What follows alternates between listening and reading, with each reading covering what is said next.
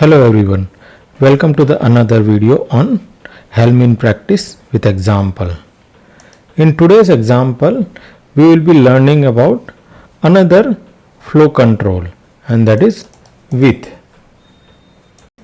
To understand width, I have created a one project, that is Helm control flow with width, and most of the things that I have removed from that, and in the values.yaml I have added a two maps, that is a service map and the favorites.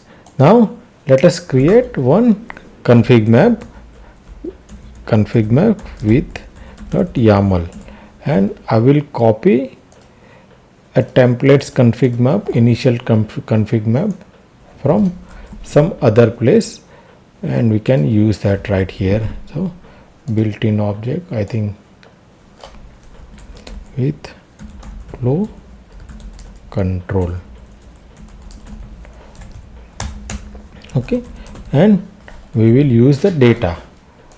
So the way we can use the width is very similar to the way we were using if statement. We have to create a flower bracket, inside that we can use width, and at the end we have to use end. So this is how we can use a width. And let's say I want to use a particular map, that is this one, favorites. Okay, so here I can say with values not favorites. So anything that is inside the favorites is becoming my current scope here.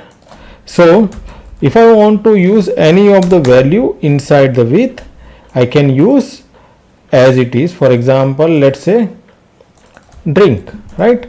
So here drink, and if I want to use the value inside, then my current scope becomes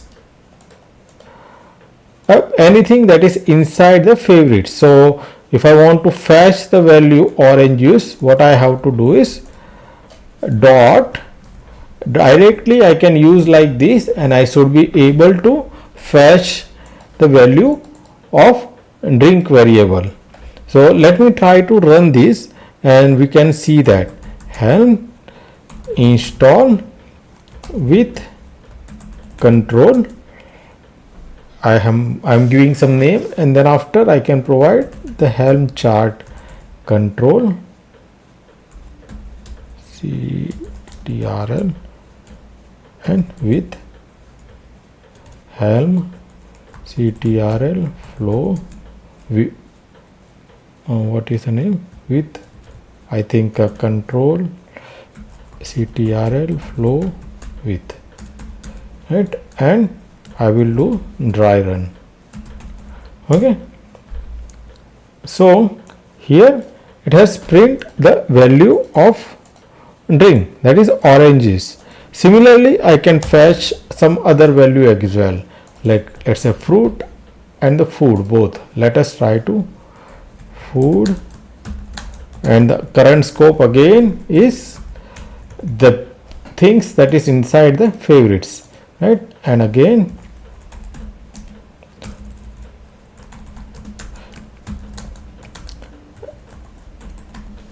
so this is how I can fetch some other values as well.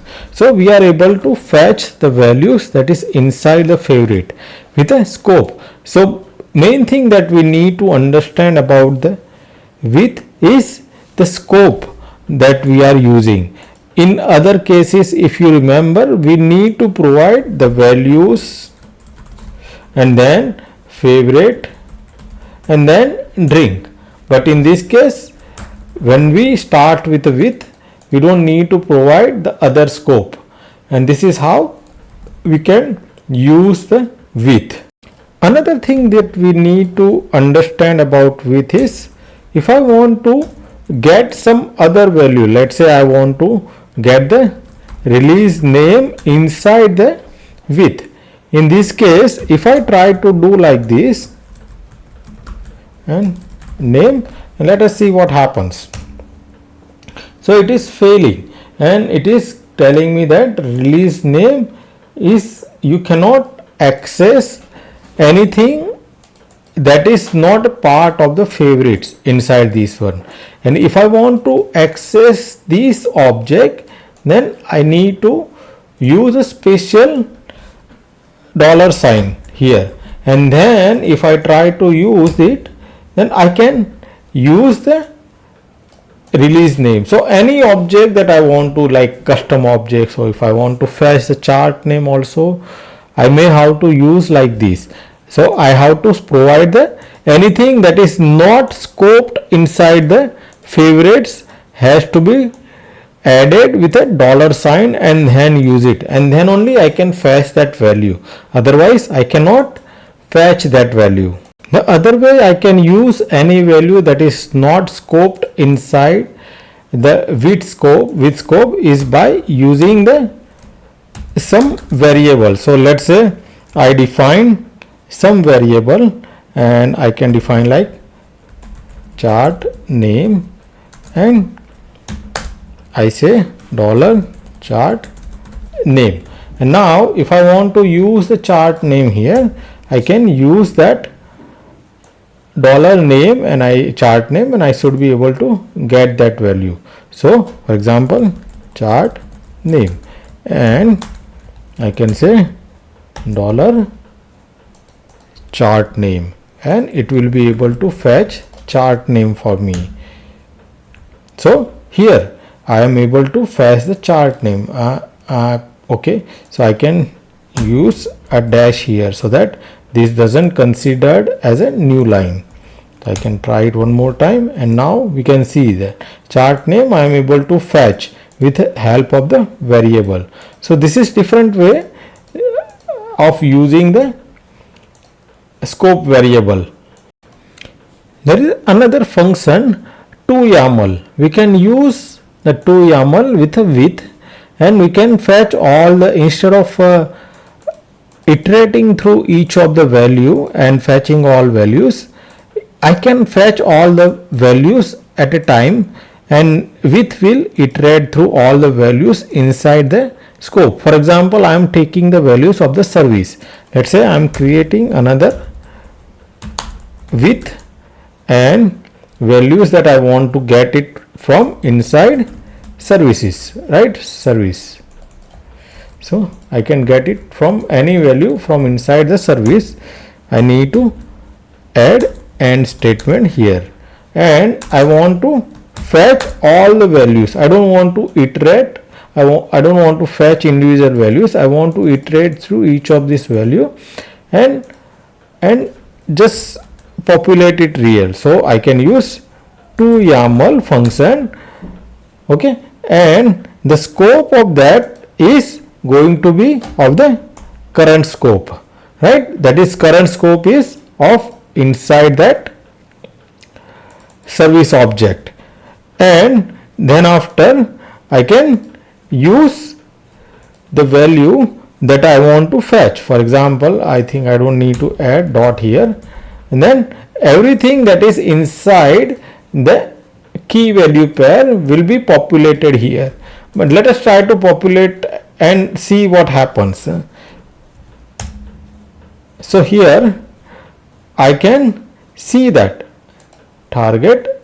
See, the problem that we see here is the indentation is getting wrong, because the first value that it did say, if I take it like this, let's say what happens. So for both of them the indentation is wrong, because toYAML has fetched the whole value and populate it as a YAML, but the indentation went wrong. To make it correct, what I can do is I can say indent and 2, because I just want to indent here, right? So I can do like this, and let's see what happens now. So now we are able to fetch all the value from the service, and it is able to bring those value properly with a proper indentation, right?